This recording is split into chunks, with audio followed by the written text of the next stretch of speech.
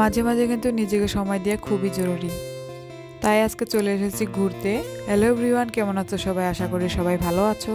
যে দেখো সোজা স্টেশনে এসে পড়েছি, আর ট্রেনে করে কিন্তু পল্টন বাজার স্টেশনে নেমে পড়েছি। ট্রেনে ভিডিও করতে পারিনি, খুবই ভিড় ছিল, মোবাইল বার করা খুবই রিস্কের হয়ে গিয়েছিল। পল্টন বাজার স্টেশন থেকে সোজা চলে আসলাম ফেরিঘাটে। যে দেখো টিকিট কাউন্টার, এখান থেকে সবাই টিকিট নিচ্ছিল, আমরাও টিকিট নিয়ে নিলাম। তো আমি, বোন আর আমার বান্ধবী মিলে 3 জনে এসেছি। তো আমাদেরকে দেখিয়ে দেওয়া হলো কোথায় দিয়ে যেতে হবে, কারণ আমরা আর কোনোদিন আসিনি, এই ফার্স্ট আসলাম। তো তোমরা হয়তো ভিডিও দেখে বুঝতে পারছো আমরা কোথায় যাচ্ছি। আমরা যাচ্ছি গুয়াহাটি ব্রহ্মপুত্রের মাঝখানে অবস্থিত যে উমানন্দ মন্দিরটা আছে সেখানেই। নদীর মাঝখানে অল্প একটু মাটি ছিল, ওখানে কিন্তু উমানন্দ মন্দিরটা আছে। ফেরিতে উঠে কিছু ভিডিও আর ফটো নিয়ে নিলাম।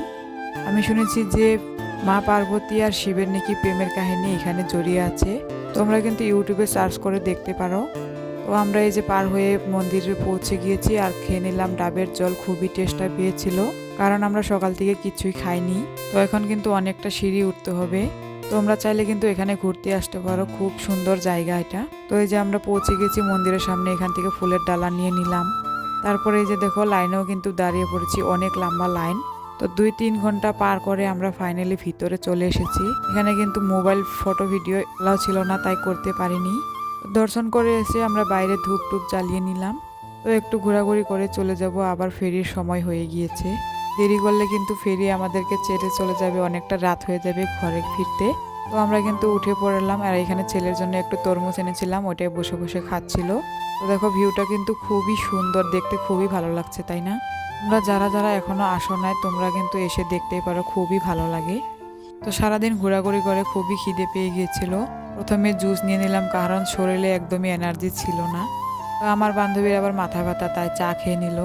তারপর নিয়ে নিলাম ভেজ থালি। তা খাওয়ার পর চলে গেলাম ফুলের গলিতে। এটা হলো ফেন্সি বাজারের ফুলের গলিটা। তোমাদের যদি কারোর ফুলের দরকার হয় এখান থেকে নিতে পারো, খুব সুন্দর সুন্দর ফুল পাওয়া যায়। বরমালা থেকে শুরু করে কিন্তু সব ধরনের ফুলই তোমরা এখানে পেয়ে যাবে। পরে আমাদের ট্রেনের সময় হয়ে গেছিলো, তাই ট্রেনে উঠে পড়েছি, আর এখান থেকে দেখা যাচ্ছে শহীদ স্মারক। আর আমরা কিন্তু বাড়িতে পৌঁছে গিয়েছি। তোমাদের কেমন লাগলো ভিডিওটা অবশ্যই কমেন্টে জানাবে, ভালো লাগলে একটা করে শেয়ার করে দিবে। টাটা।